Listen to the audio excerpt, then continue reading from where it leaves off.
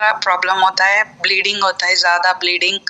अभी मेनोपॉज का टाइम हो रहा है, नजदीक आ रहा है, इसीलिए इरेगुलर हो रहा है ब्लीडिंग और बहुत बॉडी पेन होता है, बहुत ब्लीडिंग होता है, सुस्त होता है बहुत।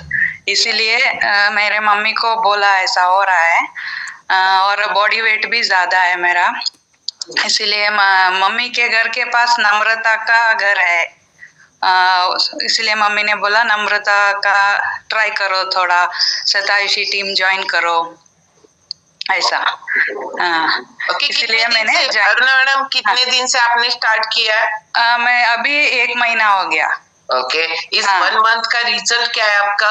1 मंथ का अभी स्टार्टिंग वेट था मेरा 70.7 था, अभी 66.7 आ गया है। ओके, वेट में तो फर्क हुआ है। वेट में, क्योंकि हेवी ब्लीडिंग जब होता है तो अपना हीमोग्लोबिन भी डाउन हो जाता है, इसलिए एनर्जी भी डाउन हो जाती है। एनर्जी में कितना फर्क है आपके? एनर्जी में अभी 1 महीने से थोड़ा बहुत अच्छा लग रहा है, अभी आगे देखना है। यस, अभी कितना वेट लॉस करना है आपको? अभी 55 करना है मेरे को, 70 से 55 होना है। 15 खाली 15 केजी वेट लॉस है, उसमें भी अभी 4 केजी हुआ है, 11 केजी का वेट लॉस है अभी। करेक्ट। 11 केजी का वेट लॉस करते करते आपके जो भी चैलेंजेस क्यों कवर होते हैं, वो तो हेवी ब्लीडिंग के लिए नहीं तो और किसी आपकी वजह के लिए नहीं करना है। हम लोगों को काम करना है न्यूट्रिशन डेफिशिएंसी के ऊपर, क्योंकि इससे थोड़ा सा माइंडसेट भी अच्छा हो जाएगा, न्यूट्रिशन डेफिशिएंसी फुलफिल हो जाएगी। आपको खुद के ऊपर हम जब काम करते हैं ना, तब अपना खुद का कॉन्फिडेंस भी बढ़ता है और उस कॉन्फिडेंस की वजह से दिन का पूरा उठने से रात को सोने तक का जो भी अपना शेड्यूल रहता है ना, उसमें डिसिप्लिन आ जाता है और उस डिसिप्लिन की वजह से, खान पान की वजह से, न्यूट्रिशन डेफिशिएंसी की वजह से हम लोगों का जो भी चैलेंजेस है उस पे हम काम कर सकते हैं। ओके, खाली उतना इतना छोटा सा प्रॉब्लम है आपका, सब सॉल्व हो जाएगा। Okay madam, okay. यस, चलो जोरदार क्लैपिंग करेंगे हम अरुणा पाटिल के लिए। ओके, और फिर वापस आते हैं back to pavilion Marathi. Okay, Aruna Patil ना मराठी समजतं, त्यांना बोलना आता नहीं, बोलना आपको बोलना नहीं आता, हम लोगों को हिंदी ट्राई करना ही है। हम लोग भी आपकी वजह से थोड़ा बहुत ट्राई करेंगे, क्योंकि कल्पिता सावे बॉम्बे वाले जो भी है ना, उन लोगों को लगता है कि हम लोग हिंदी में चले जाए क्योंकि हिंदी राष्ट्रभाषा है। और एक दिन ट्राई करेंगे। ओके, हम लोगों का कॉन्फिडेंस बढ़ जाए ना तो हम करेंगे। ओके, चलो, थँक्यू मॅडम। चल आता आपण जाणार आहोत आपला दुसरा एक्सपिरियन्स, एकदा बेंगलोरला एकदा पुण्याला, बघा कुठे कुठे चाललो आपण आणि किती भारी झालंय झूम मुळे की आपल्याला पटकन इकडून इकडे जाता येतं। फ्लाईटला किती वेळ लागतो, पण आपण बघा केवढ्यात पोचतो। चलो, आता आपण जाणार आहोत अनुजा धर्मेताईंच्याकडे पुणा। ओके, चलो अनुजा धर्मेताई, खूप दिवस झालं हो तुमचा एक्सपिरियन्स ऐकून, तुमचा आवाजच ऐकून लई दिवस झालं, त्यामुळं भारी। ओके, कंटिन्यू, अनम्यूट करा।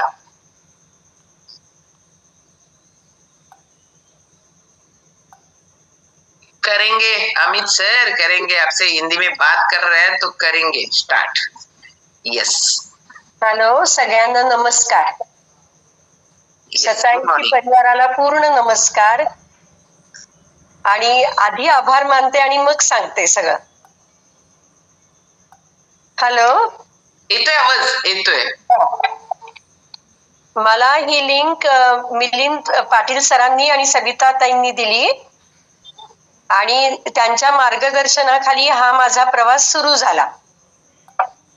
त्यात सुजाताताई, शेटे सर, मालतीताई, पद्मजाताई, सुमित सर या सगळ्यांचा सहभाग आहे आणि माझ्या खूप तक्रारी कमी पण झाल्याय, कमी म्हणजे जवळजवळ गेल्याच। सांगू तक्रारी? हो, मग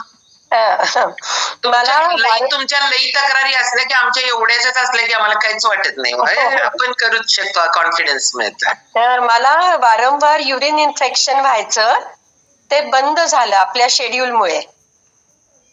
त्याच्यानंतर माझं तोंडात तिखट तिखट लागायचं खूप, काही खाल्लं अळणी खाल्लं तरी, तर तेही थांबलं.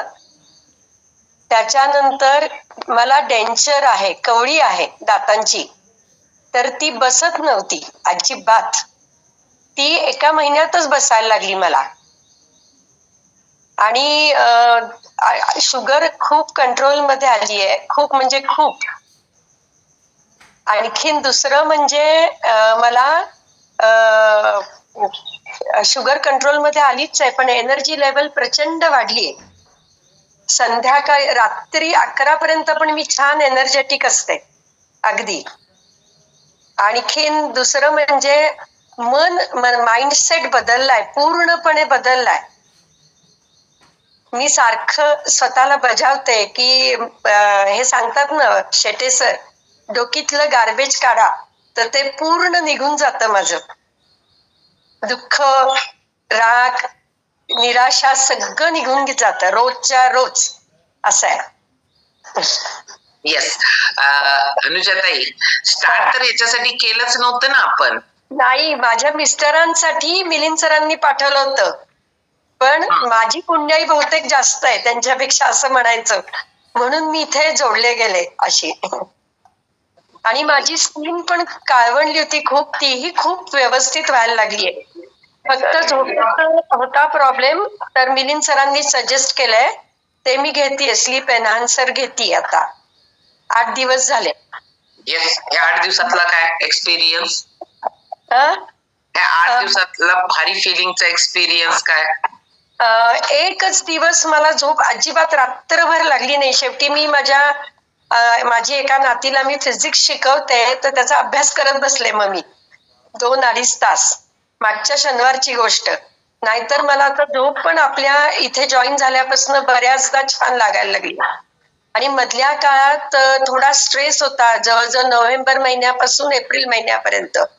थोडा माझ्या मुलीलाही प्रॉब्लेम आला. नंतर माझ्या जावयाचा भाऊ गेला एप्रिल महिन्यात, तर तो अगदी आम्हाला क्लोज होता खूप. तर त्या सगळ्यांवर आता मी मात करते, या सगळ्या गोष्टींवर.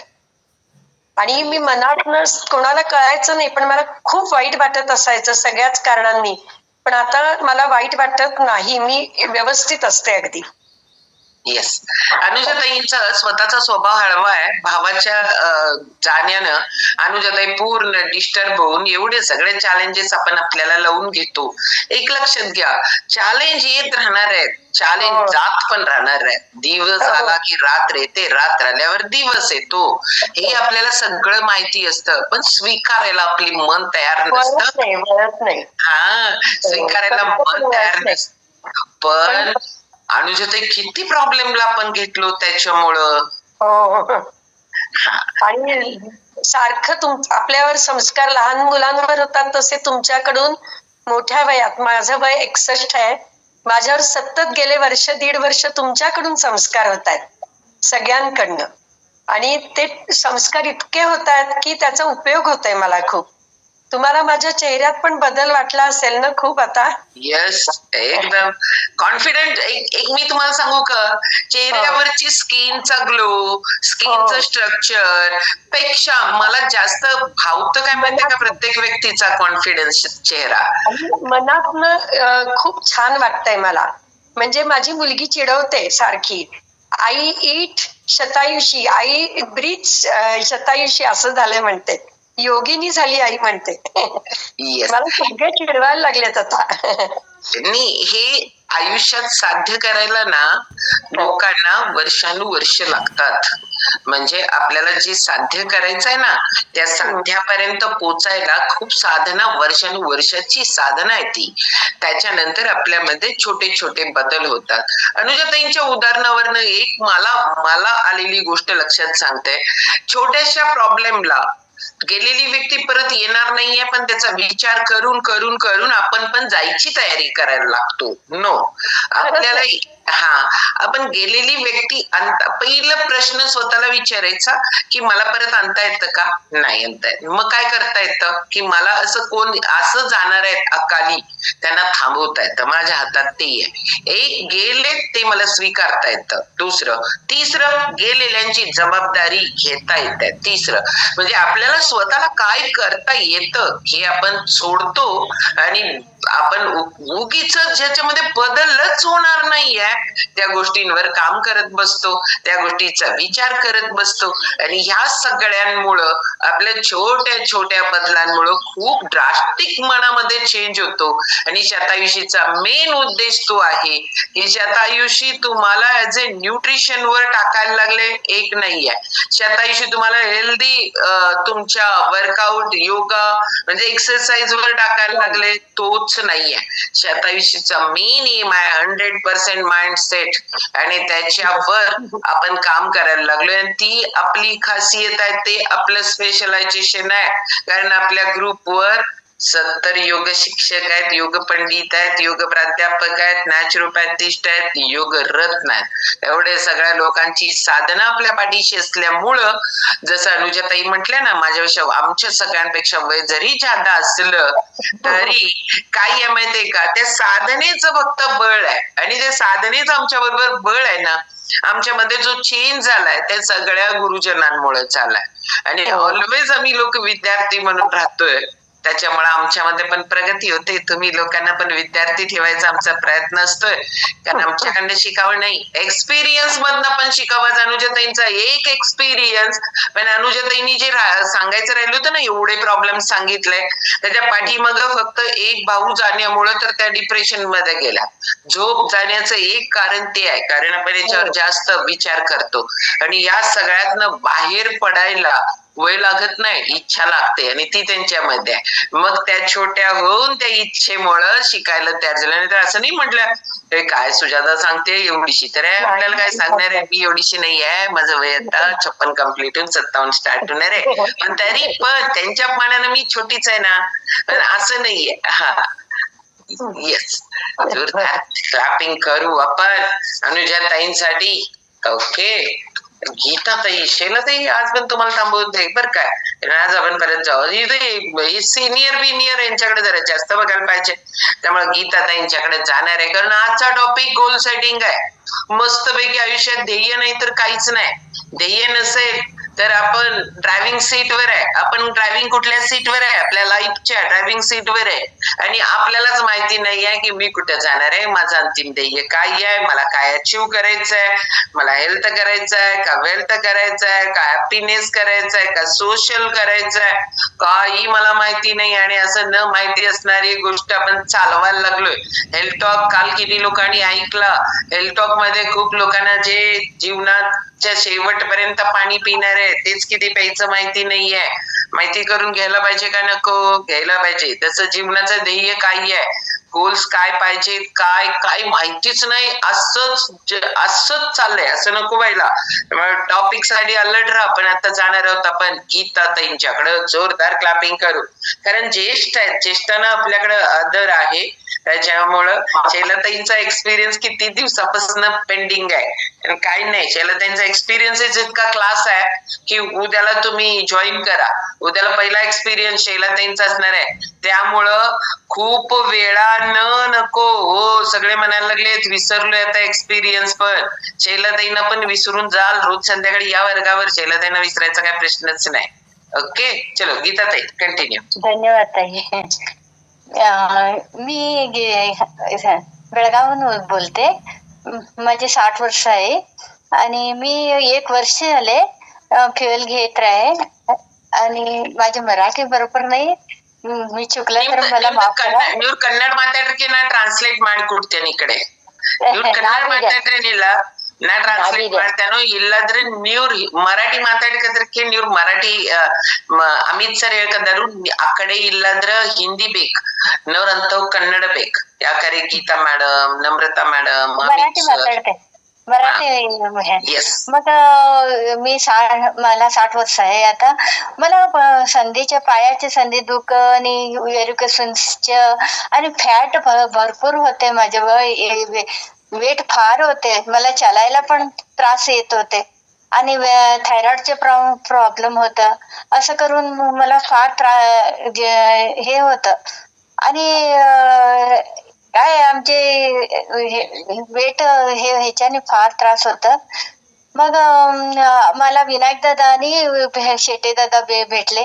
त्यांनी मला सगळं बरोबर कसं काम करायचं, कसं हे करून घ्यायचं सगळं सांगितलंय. व्यवस्थित मी करायला सुरू केले आणि माझे 113 kg होते आणि मी आमच्या घरात आमचे सासू 90 वर्षाचे, त्यांची सेवा सुद्धा करायला फार त्रास होत होता मला. आमचे मिस्टर पण थोडे आजारी होते, त्यांना पण हे करायला मला मेंटेन करायचे फार त्रास होत. मला हे देव सारखं येऊन भेटले आणि मी ह्याच्या निमित्त घ्यायला सुरू केले. सगळं व्यवस्थित काम सुरू झाले माझे आणि ह्याच्याने मला शरीर मध्ये हळूहळू वेट कमी होत झाले आणि मी आरोग्याने छान झाली आणि मी व्यवस्थित सगळं करू शकली. हे आता 101 आहे माझे वेट आणि हे सगळं ताई आणि सगळं ह्यांचे ह्यांच्यामुळे मी योगा पण छान शिकले आणि माझे शरीर पण हालचाल छान झाले आणि ब्लड सर्क्युलेशन थोडस छान व्हायला लागले आणि मी तुमच्या सगळ्यांचे आभारी आहे. गीता मॅडम, एकच प्रश्न आहे काय, मला सांगा, आता ते चालता येत नव्हतं ना, ते युरिक ऍसिड मुळे असू दे, बाकी काही असू दे, ओके, तर आता किती चालायला लागला तुम्ही? आता मी स्वतः माझ्या नवऱ्याला मिस्टरला हे झाले, एम्पिटेशन झाले पायाला. तसं करून त्यांना आता तसं करून मी माझ्यावर सगळं भार पडले हे दोघांना सांभाळायचं आणि मी काहीच करत नाही म्हणून मला डोळ्यात पाणी येत होते. मला हे शतायुषींनी असं मार्ग दाखवला की म्हटलं तर छान हे करून पुढे हे केले आणि गीता मॅडम, आता तुम्हाला कॉन्फिडन्स आला की तुम्ही वेट लॉस पण कमी करू शकता? वजन कमी झालं त्यांचं 12 kg, प्रणिता काजवे विचारतात 12 kg. आणि आता मॅरेथॉन मध्ये पण मी भाग घेतले. मला कल्पिता ताई पण फार छान मार्गदर्शन देतात आणि सगळे हे शेताविषयीचे माझे बहीण भाऊ सारखं सगळं मला बघून घेतात. हे मला फार खुश वाटते. येस, मराठी तर भारी होतच होतं. त्यांचा स्वतःचा एक्सपिरियन्स पण खूप भारी आहे. वय वर्ष 60 मध्ये काम करणार का काय करणार? एक तर हे बघा, हे तर वय वर्ष 60 मध्ये काम करणार का? कारण मी तुम्हाला सांगते, मी आता गीताताईंना जे भाऊक व्हायला लागलेत, भरून यायला लागले, रियालिटी आहे. स्वतः पण आपण असं वाटतं ना ज्या वेळेला माझा काय उपयोग नाहीये, माझा कुणाला उपयोग होत नाही, ह्या गोष्टीचं जास्त दुःख होतं व्यक्तीला. कारण का की व्यक्तीला स्वतःला दुसऱ्यांसाठी करायचं असतं आणि ते करता येत नाही ना जेव्हा, त्या वेळेला एवढं स्वतःला काय त्रास व्हायलाय त्याचं वाईट वाटत नाही, माझा कुणाला उपयोग होईना झालाय ह्याचं ज्यादा वाईट वाटतं. आणि त्या ह्याच्यात होते ते. दुसरं अजून एक लक्षात घ्या, खूप लोकांना गरज आहे, खूप लोकांना, पण आपण सगळेजण ना सेल्फिश बिलकुल व्हायचं नाहीये. आज त्यांनी एक सांगितलं, मला देवासारखं हे लोक आले. आता मी तुम्हाला सांगतो, आपल्याला देव म्हणावं असं नाहीये, पण माझ्याकडं एखाद्या व्यक्तीचं लाईफ मार्केटमध्ये आपल्या आजूबाजूला एवढे गीता मॅडम, एवढे सुजाता मॅडम आहेत, ह्या लोकांना मदतीची गरज आहे, रिअल मदत गरज आहे. मी तुम्हाला असं नाही म्हणत आहे आणि कधीच नाही म्हणत आहे त्यांना योगा करता येत आहे. बघा केवढा कॉन्फिडन्स, जरा स्वतःच्या मुवमेंट व्यवस्थित व्हायला लागल्यानंतरचा आनंद बघा, तो देऊ शकता. कोण वर्कआउट करू शकतं, कोण तुम्हाला सांगते मॉर्निंग फ्युल स्टेशन ऐकून ना इथं कोण प्रॉडक्ट खात नाही हे बघत नाही आम्ही. अदर सगळीकडे बघतात, आम्ही बघत नाही. आमचं मेन एम आहे, तुम्ही ऐकून छोटा बदल लाईफ मध्ये जरी केला, तुमचा कॉन्फिडन्स वाढायला लागला. आज गीता मॅडमचा ऐकून तुम्हाला नुसतं कॉन्फिडन्स वाढला आणि आज स्वतःवर एक दिवस 1 तास प्रेम केला तरी ती बॉडी तुम्हाला कसलं भारी फील करवर माहितीये का. त्याच्यामुळे ही गोष्ट दुर्लक्षित आहे, त्या गोष्टीकडे तुमचं लक्ष जावं आणि त्याच्यासाठी आपण हेल्थटॉक चालू केलोय ऑनलाईन, लोकांनी फक्त चेक करू देत. बघा, लोकांना कोचेस लोकांना बोलवा, चेक करून घ्या. संध्याकाळचं सेशन गुरुवार, उद्याला परत आपलं संध्याकाळी सेशन आहे, मीच घेणार आहे. त्याच्यामुळे त्या सेशनला बसवा लोकांना कळू दे काय करायचंय, कसं करायचंय, मी कुठे आहे, मला काय करायचंय. ध्येय नाही ते जगायला लागलोय आपण. त्यामुळं ध्येय का पाहिजे आणि ध्येयाशिवाय आपण सगळे लोक झेरो आहोत. आणि हेल्दी राहणं हे आपलं पहिलं ध्येय पाहिजे. नाही त्रास होतं बघा, गीता मॅडम आणि माझ्यासारखं होतं. इथं शरीर किती त्रास देते पेक्षा माझा कुणाला उपयोग होत नाही, चाललाही त्रास होतोय आणि जरा झिजवून घेतोय. जसं अनुजा ताईंचं सांगितलं की दुसऱ्यांच्या जाण्यामुळं किंवा दुसऱ्यांच्या कमतरतेमुळे आपल्याला त्रास होतो, तसं आपल्या पण बाबतीत प्रत्येकाच्या बाबतीत होत असतं. आपण याच्यावर काम करणं गरजेचं आहे. सगळ्यांसाठी पण काम करणं गरजेचं आहे. त्यामुळं हेल्थटॉक लोकांना नुसता चेकअप करून घ्या. सगळेजण मागा, मुंबईवाले मालतीताईंच्याकडे मागा, बेळगाववाले शर्वरीकडे मागा, करून देतात. कोण काय आहे काय विचार नाही करत. जावा, करून घ्या. तुम्ही कुठे आहेत ते बघा. ओके. आणि हेच ध्येय गीता मॅडम साठी पहिला एकदा जोरदार क्लॅपिंग करू. केवढं भारी गोड बोलल्या की नाही, मस्त पैकी. त्यामुळं आपल्याला एकदम क्लास म्हणजे छान. आणि आपण आता येस, सगळ्यांना धन्यवाद माझ्या. येस, चलो जोरदार क्लॅपिंग करू गीता मॅडमांसाठी. आणि आता आपण जाणार आहोत ड्रायव्हिंग सीट वर. आणि ड्रायव्हिंग सीट वर जाऊन आपलं स्टेअरिंग तुमच्याच हातात पाहिजे. आणि स्टेअरिंग दुसऱ्याच्या हातात देतो बघा त्यावेळेला ह्याच्यामुळं त्याच्यामुळं तुझ्यामुळं, तुझ्या असल्या बोलण्यामुळं, तुझ्या असल्या करण्यामुळं असले विचार करत बसतो. तर लाईफचं स्टेअरिंग तुमच्याच हातात पाहिजे. आणि त्याच्यासाठी जाणून घेणार आहोत आजच्या स्पीकर आहेत. आजच्या स्पीकर लईच भारी आहेत. 15 मिनिटात टॉपिक संपवणार आहेत आता. ओके. त्याच्यामुळं जोरदार क्लॅपिंग करू आपण पद्मजा मॅडमांसाठी. कंटिन्यू. चला, थँक्यू ताई. नक्कीच 100% प्रयत्न करणार 15 मिनिटात संपवण्याचा. All mute. Yes, sir. Unmute करा पद्मजा ताई.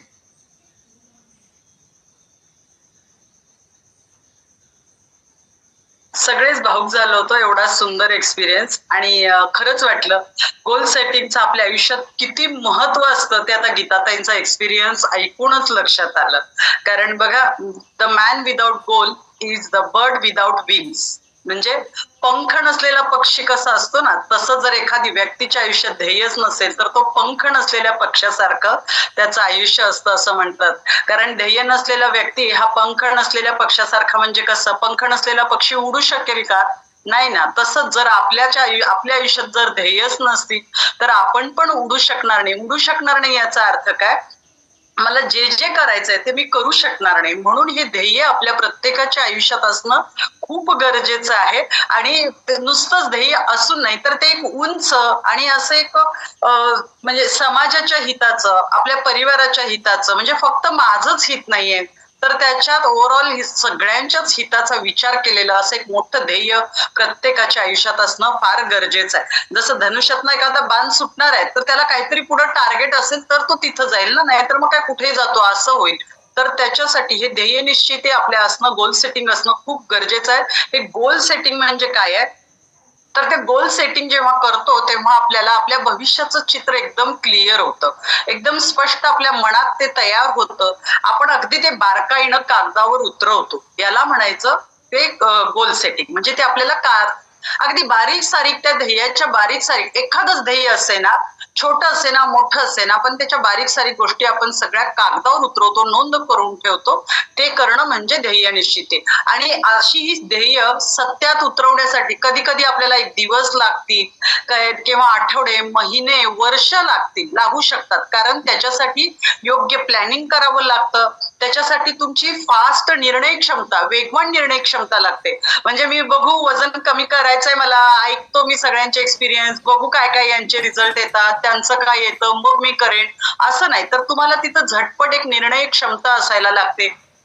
तुम्हाला त्याच्याबद्दल अभ्यास करावा लागतो ते ध्येयाबद्दलचा. आणि सगळ्यात महत्वाचं म्हणजे न थकता तुम्ही सातत्याने ती कृती करावी लागते. तर ही आपली ध्येय सत्यात उतरवतात. हे ध्येय लिहायचं म्हणजे ना अगदी एखाद्या पिक्चरचं स्क्रिप्ट लिहायचं असं त्याचं ते काम असतं. तर ते स्क्रिप्ट लिहायचंय समजा आपल्या ध्येयाचं, तर त्याच्यात काही स्टेप्स आहेत, एक 6-7 स्टेप्स आहेत. आपण त्या स्टेप्स संबंधित जाणून घेऊ थोडस. सगळ्यात महत्वाचं आपल्याला काय मिळवायचंय, माझी काय स्वप्न आहेत, ही ध्येय मला माहिती पाहिजेत. त्यामुळे आधी ध्येय ती ठरवा. तुमच्या स्वप्नांची यादी करा. तुम्हाला काय अचीव करायचं आहे आयुष्यात, काय मिळवायचंय, तुम्हाला काय करायला आवडेल, तुम्हाला काय अनुभवायला आवडेल किंवा काय बनायला आवडेल, त्या सगळ्या त्या आधी तुम्ही ठरवलं पाहिजे. म्हणजे बऱ्याच वेळा ना आपली मुलं म्हणतात मला डॉक्टर व्हायचंय, अचानक काहीतरी वेगळं आणि त्याला दिसतं आणि मग म्हणतो तुम्हाला इंजिनियर व्हायचंय, मग म्हणतो तो वेगळंच काही व्हायचंय. तर असं असेल ना तर आपलं ध्येय निश्चित नसतं आणि मग आपण तिथंच भरकटत राहतो. तर तसं न करता मला काय करायला पाहिजे हे मी आधी सगळं फिक्स केलं पाहिजे. हे पहिलं आपल्या ते स्क्रिप्ट लिहायचं ना ध्येय निश्चितीचं, तर त्याची पहिली स्टेप आहे. त्यामुळे मनात जे काही येतं ते आपण आधी सगळ्यांनी लिहून काढली पाहिजेत. आपली ती स्वप्न ध्येय लिहून काढली पाहिजेत. मग ते तुमच्या शिक्षणासंबंधी असेल, तुमच्या करिअर संबंधी असेल, तुमच्या आरोग्याचं असेल, तुमचं प्रोफेशन बद्दल असेल, तुमचे रिलेशन्स बद्दल असेल, स्वतःचं व्यक्तिमत्व विकास करायचा असेल, ते अशी कुठल्याही क्षेत्रातली तुमची ध्येय असू शकतात. ती स्वतः सगळी लिहून काढायची आणि मग मला आपण स्वतःला प्रश्न विचारायचा की मला ही स्वप्न का साकार करायचे. आता इथं बघा मला गीताताईंनी जो प्रश्न जे बोलले ना ते मला फार भावलं. त्या काय म्हटल्या, माझ्या 90 वर्षाच्या सासूबाईंचं मला करायचंय, मिस्टर आजारी आहेत त्यांचंही मला करायचंय, पण माझी शारीरिक क्षमता नाहीये, ती मला म्हणजे मी त्यांची सेवा करू शकत नाही आणि त्याचं त्यांना फार वाईट वाटतंय आणि त्रास होतोय. म्हणजे त्यांच्या आयुष्यात आता ध्येय काय आहे, मला माझं आरोग्य चांगलं का करायचंच आहे, पण ते का करायचंय तर या लोकांना माझ्या उपयोग झाला पाहिजे, या लोकांची मला सेवा करता आलं पाहिजे आणि म्हणून मला बरं वाटलं पाहिजे. म्हणजे हे का खूप महत्वाचं आहे, मला हे का अचीव करायचंय, माझं हे स्वप्न का साकार करायचंय, ह्याच्याबद्दल आपलं हा व्हाय स्ट्रॉंग असावा लागतो. आणि जर तुमचं स्वप्न साकार करण्यासाठी असा एखादा व्हाय स्ट्रॉंग असेल तर तुमची स्वप्न साध्य करण्याच्या ह्याच्या मार्गात तुम्हाला कुठले अडथळे येणार नाही. केव्हा, कारण काय म्हणतात, when why is strong how is very easy. म्हणजे तुमचा व्हाय स्ट्रॉंग असेल तर ते कसं करायचं फार सोपं होतं. गीताताईने ते ठरवलं होतं, मला वजन कमी केलंच पाहिजे कारण माझ्या घरात ही आजारी माणसं आहेत, यांची मला सेवा करता आली पाहिजे. त्यांना आपोआप तसे मार्ग मिळतात, संधी मिळत गेल्या आणि मग त्याने त्या संधीचं सोनं केलं. आता हे बघा, प्रत्येकाचं वजन कमी करणं हे ध्येयच आहे, पण त्या वजन कमी करण्याच्या त्या प्रोसेसमध्ये त्यांच्यात स्वतः तेवढे बदल झाले की त्या आजारी माणसांची सेवा करू लागल्या. वजन एक दिवस त्यांना जिथं जायचंय 70-80 वर त्या पोहोचतीलच, पण त्याच्या आधी त्याचा अनुभूती घ्यायला लागल्या, त्या प्रवासाचा आनंद घ्यायला लागल्या. म्हणून आपला हे व्हाय स्ट्रॉंग असणं हे खूप खूप गरजेचं आहे. जेव्हा जितकं स्ट्रॉंग तुमचं, जेव्हा स्वतःला विचारताना हे मला का करायचंय आणि त्याचं उत्तर जे येतं ते जितकं स्ट्रॉंग, तेवढी तुमची ध्येय अगदी सुस्पष्ट होतात आणि ती तेवढी अचीव करणं तुम्हाला सोपं जातं. आता त्याच्यातली पायरी स्टेप नंबर 2 आहे आपली स्क्रिप्ट मधली, की ध्येय नेमकी आणि मोजमापासहित स्पष्ट पाहिजे. म्हणजे मला समजा एखाद्या ठिकाणी प्रवासाला जायचंय, पण मी नुसतंच म्हणते मला प्रवासाला जायचंय, पण मग मला माहिती नाहीये ना मला कुठं जायचंय, मग त्याच्यासाठी मी प्लॅनिंग कसं करणार. पण मी स्पेशली म्हटलं मला मुंबईला जायचंय, तर मला आता बसचं तिकीट काढायचं का, ट्रेनने जायचं का, कारने जायचं का, फ्लाईटने जायचं, ह्या सगळ्या गोष्टी क्लिअर होतात. कोणत्या दिवशी जायचं हे क्लिअर होतं, सोबत कोण असेल, केव्हा परत येणार त्याचं काय नियोजन आहे, ह्या सगळ्या गोष्टी क्लिअर होतात. म्हणून आपलं ध्येय जे आहे ते नेमकं पाहिजे. मला माझं आरोग्य चांगलं करायचं आहे एवढंच म्हटलं तर तुम्ही काय ऍक्शन घेणार. तर जेव्हा तुम्ही ठरवता मला 20 किलो वजन कमी करायचं आहे, तर त्या दृष्टीनं तुमचं प्लॅनिंग होत असतं आणि म्हणून ही ध्येय आपली अगदी नेमकी मोजमापात सहित पाहिजे. त्याला आकडेवारी पाहिजे, तारीखवार पाहिजे, केव्हापर्यंत मिळवायचे. तर मग त्याच्यासाठी म्हणजे काय, जेव्हा आपण ते मोजमापासहित जेव्हा लिहितो ना, तर तेव्हा आपल्याला त्याची प्रायोरिटी ठरवता येते. मला वजन तर कमी करायचंय, पण किती करायचंय काय क्लिअर नव्हतं. पण जेव्हा मी आता शतायुषी परिवारात सामील झालो, माझ्या कोचनी मला आता गोल सेटिंग करून दिले, मला 20 किलो कमी करायचंय. मग माझ्या कोचनी मला सांगितले, माझ्या वयाप्रमाणे मला सांगितले तुम्हाला 7 महिने लागतील. मग 7 महिने लागतायत, तर मग मला महिन्याला किती केलं पाहिजे, मग ते करण्यासाठी मग मला काय केलं पाहिजे, मग मला व्यायाम कोणता केला पाहिजे, मग मला आहार काय घेतला पाहिजे, याचं सगळं नियोजन व्हायला लागतं. म्हणून हे मोजमापासहित आपण लिहून ठेवायचं. किंवा मला काही माहितीच नाहीये, मला आरोग्य तर मिळवायचंय, म्हणजे काय करायचं, मला काही माहिती नाहीये पण मला चांगलं आरोग्य पाहिजे असं म्हटलं तर आपल्याला त्याच्या बाबतीत आपल्याला कुणी मग मदत करू शकणार नाही. म्हणून आपण नेहमी ही मोजमापासहित अशी आपल्याला हे करायचं. जोपर्यंत आपल्याला ध्येय माहीत नसतं, त्याचं मोजमाप माहिती नसतं, तोपर्यंत आपल्याला आपल्या क्षमतांचा, आपल्या वेळेचा, आपल्याकडे असलेल्या साधन सामुग्रीचा कसा उपयोग करायचा हेच कळत नाही. माझ्याकडच्या असलेल्या ज्ञानाचा कसा उपयोग करावा हेच कळत नाही आपल्यात. आणि एखाद्या यशस्वी माणसांमध्ये हाच फरक असतो, त्या माणसांमध्ये त्यांना नेमकं काय पाहिजे हे त्यांना माहिती असतं आणि त्यामुळे त्यांची ध्येय निश्चित असतात, त्यांच्या प्रायोरिटी ठरलेल्या असतात आणि म्हणून ते त्यांच्या ध्येयाच्या दिशेने प्रयत्नशील असतात. म्हणून आपल्याला हे ध्येय नेमकी मोजमापासहित लिहून ठेवायला पाहिजेत. तर स्टेप 3 आहे, ती आहे आपल्याला ध्येय साध्य करण्यासाठी काय काय गोष्टी आता लागणार आहेत. मग ते साहित्य असेल, आपलं स्किल असेल, काही असेल. मग त्याच्यासाठी काय लागतं बघा, आता मला समजा वजनच कमी करायचं, आपण सगळे त्या ध्येयाने प्रेरित होऊन काम करतोय, म्हणून मी फक्त ते बोलते. आयुष्यातली तुमची कोणतीही ध्येय असतील तर त्याला हेच मापदंड आहेत. तुम्हाला कोणतं ज्ञान लागेल, आता मला वजन कमी करायचंय तर मला कोणतं ज्ञान लागेल, कोणती कौशल्य लागतील, काय अनुभव घ्यावा लागेल, कोणत्या लोकांच्या संपर्कात मी जायला पाहिजे, कोणतं शिक्षण घ्यावं लागेल, हे सगळं ठरवावं लागेल आपल्याला. म्हणजे मला ज्ञान काय पाहिजे, मला माझ्या शरीराला योग्य कोणता व्यायाम आहे तो मला कळायला पाहिजे. मला आपण म्हणतो ना, ज्या 5 लोकांच्या संगतीत राहतो आपण त्याच्याप्रमाणे बनतो. बघा आता तुम्ही मॉर्निंग फ्री स्टेशनला आहे, तुमच्या मनात एकही निगेटिव्ह विचार येत नाही, कारण ही सगळा परिवार आहे, पॉझिटिव्ह विचाराने प्रेरित आहे आता, आणि त्यामुळे निगेटिव्ह गोष्टी येत नाहीत. म्हणजे आपल्याला ज्या लोकांच्या संगतीत जायला पाहिजे ते आपल्याला कळायला पाहिजे. मला काहीतरी स्किल इथं करावं लागतं, स्वतःमध्ये डेव्हलप करावी लागतील, अनुभव घ्यावा लागेल, तर ह्या गोष्टी कराव्या लागतील. मला आत्मविश्वास किती लागेल, मला किती वेळ लागेल, मला याच्यासाठी काही पैसे लागणार आहेत का, याच्यासाठी कोणकोणती साधन सामुग्री लागेल, डाएटच्या बाबतीत मला काही गोष्टी गोळा कराव्या लागतील का, हे सगळं मला इथं विचार करावं लागेल. ही आपली स्टेप 3 झाली. स्टेप 4 आहे, हे ध्येय साध्य करण्यासाठी आपल्याला काही आपल्या व्यक्तिमत्वात सुद्धा बदल करावे लागतात. आणि मग त्याचा आपण अभ्यास करायचा, त्याची यादी करायची. म्हणजे मला माझ्यात काय बदल करायचा त्याचा अभ्यास करायचा, त्याची यादी करायची. आणि मग त्यावेळेला जेव्हा तुम्ही ही यादी करता तेव्हा तुमच्या लक्षात येतील ही काहीतरी आव्हानं आहेत, त्या आव्हानांची पण यादी करा. म्हणजे आव्हानं म्हणजे काय, अडथळे आहेत, अडचणी येत आहेत त्या. समजा मला वजनच कमी करायचंय पण मला सकाळी उठायला अजिबात जमत नाही, किंवा मला रात्री लवकर झोप लागत नाही, मला हा आहार घ्यायला आवडतच नाही, मला सॅलड खायला आवडतच नाही, मला पाणीच प्यायला आवडत नाही, अशा काहीतरी सवयी असतील तर मग मला माझ्या काही सवयी बदलाव्या लागतील. मला काहीतरी नॉलेज कमी आहे, मी इतके दिवस व्हॉट्सअप मधून वगैरे सोशल मीडियातून जे नॉलेज येत होतं त्याच्यावरच काम करत होते, रिझल्ट येत नव्हता, मग मला आता योग्य नॉलेजची गरज आहे. तर मग अशा एखाद्या परिवारात जोडलं जाणं गरजेचं आहे, तर त्याची यादी करा. याच्या आधीचा मला अनुभवच नाहीये समजा, तर त्यामुळे कसं करायचंय माहिती नाही, मग ह्या अनुभवी लोकांची मला मदत घ्यावी लागेल.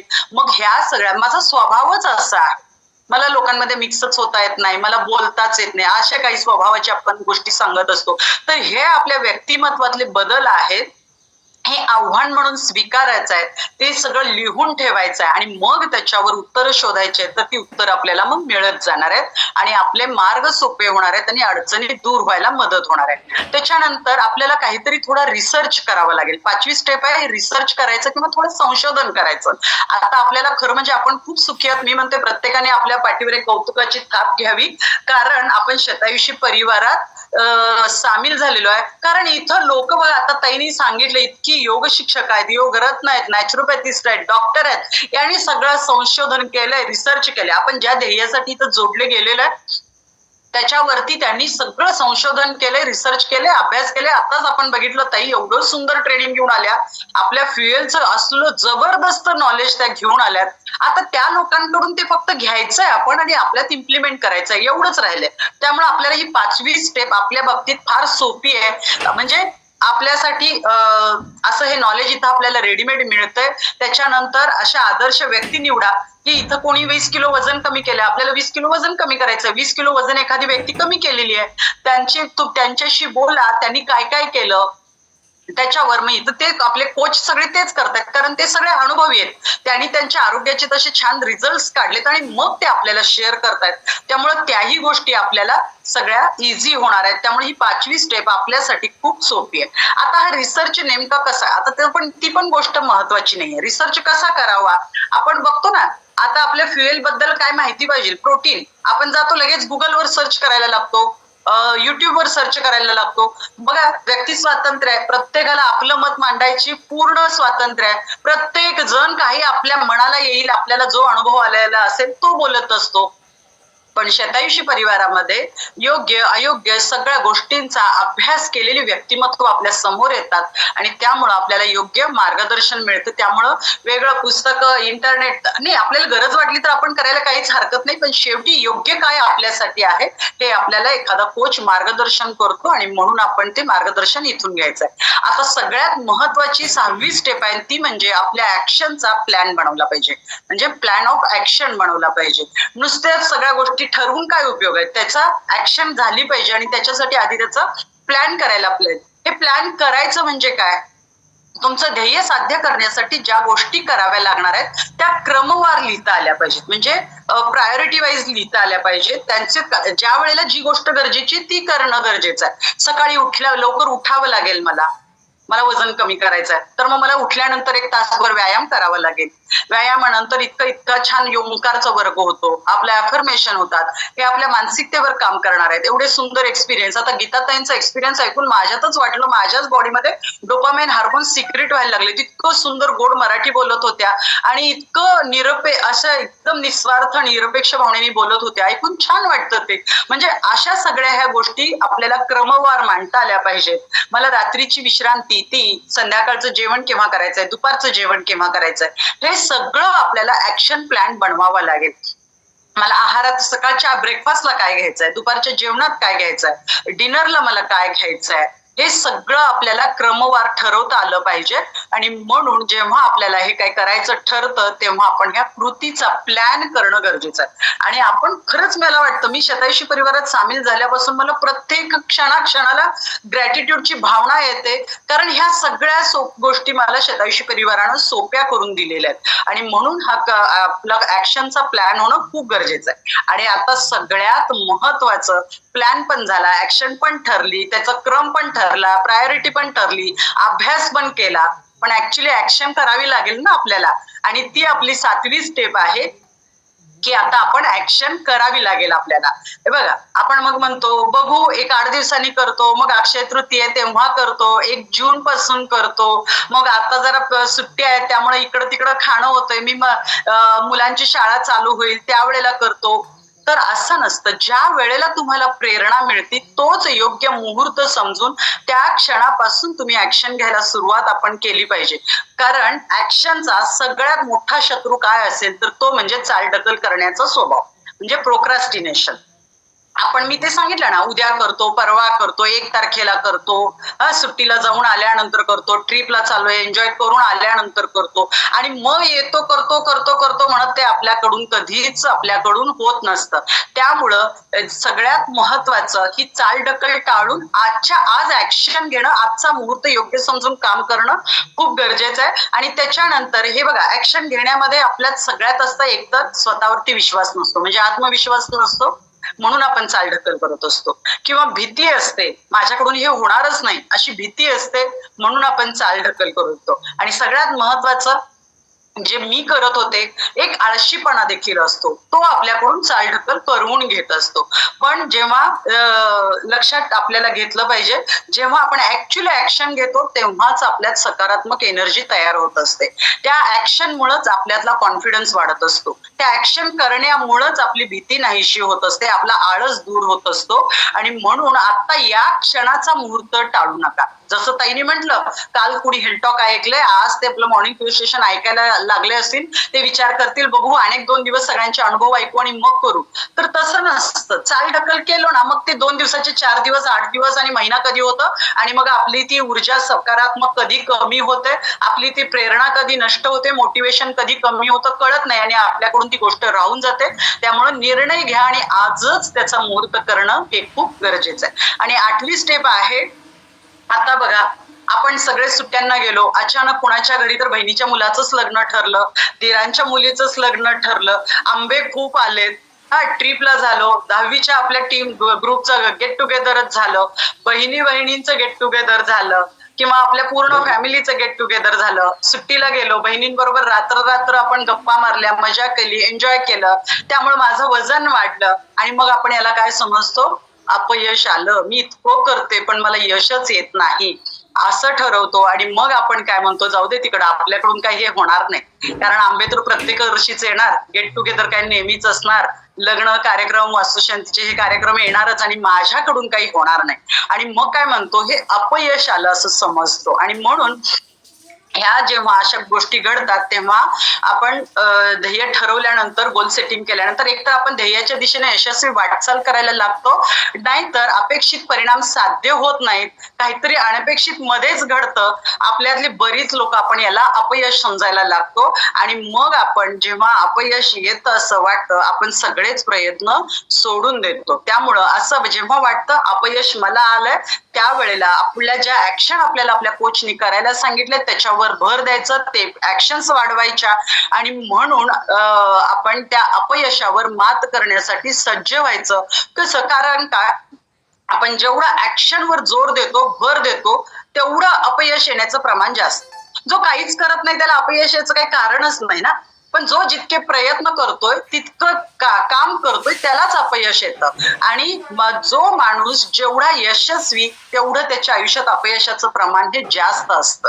म्हणून कारण अपयशाच्या प्रमाण हे का असतं, कारण ह्या अपयशाचा सामना कसा करायचा असतो बघा. एक तर काय होतं, अपयश आल्यानंतर आपण कारण देतो, कुणावरती तरी जबाबदारी ढकलून टाकतो, आपण जबाबदारी स्वीकारत नाही, आरोप प्रत्यारोप करतो आणि ते प्रयत्नच सोडून देतो. इतकं सगळं करतोय पण मला काही वजन कमीच होत नाहीये, अशी आपण काही पण कारण देतो आणि मग ते आपण सोडून देतो किंवा मग आपण तेच ज्या गोष्टी केलोय त्याच करत राहतो. पण सगळ्यात इम्पॉर्टंट काय आहे, आपल्याला त्या अपयशातून शिकता आलं पाहिजे. मला कशामुळं अपयश आलं, मला आता काय करावं लागेल म्हणजे मला हे अपयशावरती मात करता येईल, माझ्या ऍक्शन प्लॅन मध्ये मला आता काय बदल केले पाहिजे, मी ऍक्शन प्लॅन कसा बदल त्याच्यात करू आणि नवीन आता ऍक्शन काय असावी.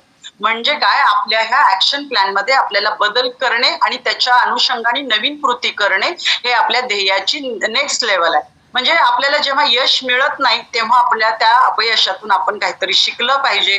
थॉमस एडिसननं विजेचा बल्ब तयार करताना 10,000 वेळा तो बल्ब तयार करायचा प्रयत्न केला आणि जेव्हा त्याला याच्या बाबतीत विचारण्यात आलं ना तेव्हा तो काय म्हणायचा, प्रत्येक अयशस्वी प्रयत्नानंतर मी माझ्या पद्धतीमध्ये बदल करत होतो आणि माझं ध्येय साध्य झालं केव्हा, 10,000व्या प्रयत्नाच्या वेळेला. पहिल्या 9,999 प्रयत्नातून मी तो बल्ब कसा बनवला जात नाही हे शिकतो. मग आजपर्यंत मी वजन कमी करण्यासाठी जर 100 प्रयत्न केले आणि ते झाले नसतील तर ते 100 प्रयत्नातून शिकलं पाहिजे की का झालं नाही माझं वजन कमी आणि आता मला नवीन काय केलं पाहिजे. आणि म्हणून आपण ह्या अशा पद्धतीनं या 8 स्टेप जेव्हा फॉलो करून गोल सेटिंग करू तर आपल्याला आपल्या ध्येयापर्यंत पोहोचण्यापासून कुणीच अडवू शकत नाही. आणि मी त्याच्यासाठी थँक्यू म्हणेन शतायुषी परिवाराला. हे 8च्या 8 स्टेप्स अगदी व्यवस्थित नियोजनबद्ध रीतीनं आखण्यात आणि ते इम्प्लिमेंट करण्यात आणि रिझल्ट काढण्यात शतायुषी परिवारातले सगळे कोचेस, मेंटॉर इतकं मनापासून मदत करतात आणि त्याच्यामुळं आपल्या प्रत्येकाला, गीताताई असू देत, अनुजाताई असू देत, मी असू दे, शैलाताई असू देत, प्रत्येकाला हे एवढे सुंदर अनुभव येत असतात. त्यामुळे गोल सेटिंगचं आपल्या आयुष्यात तसंच खूप महत्वाचं आहे. गोल सेटिंग करू आणि जरी काही आपल्या ह्या सुट्ट्यांमध्ये काही चॅलेंजमुळे जरी काही आपल्याला अपयश आलं असेल तर त्या अपयशातून शिकू आणि नवीन प्लॅन बनवू आणि आपण सगळेजण एक दिवस नक्कीच आपल्या ध्येयापर्यंत पोहोचू. ओके, सगळ्यांना शुभेच्छा. Thank you everyone. चलो जोरदार क्लॅपिंग क्लॅपिंग करणार आहोत पद्मजा मॅडमांसाठी. आणि आता आपण जाणार आहोत असंच ध्येय घेऊन स्वतःवर काम करणारे वेट लॉस मॅरेथॉनच्या ऑल पार्टिसिपंट साठी जोरदार क्लॅपिंग. वेट लॉस मॅरेथॉनच्या ऑल कोचेस त्यांच्यासाठी पण जोरदार क्लॅपिंग. आणि मस्त पैकी संध्याकाळचं होतं ते सेशन, त्यासाठी जोरदार क्लॅपिंग. सुमित सर, ऑल सगळी टीम सगळ्यांसाठी एकदा जोरदार क्लॅपिंग करणार आहोत. सुमित सर दाखवणार आहे का? आज दुपारी 4 वाजता प्राणायाम याहूत आज घेणार आहे मी प्राणायाम सगळ्यांचा.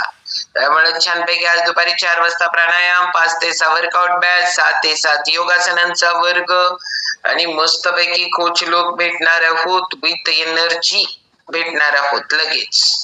ओके, घेणार आहे सुमित सर, दाखवणार आहे.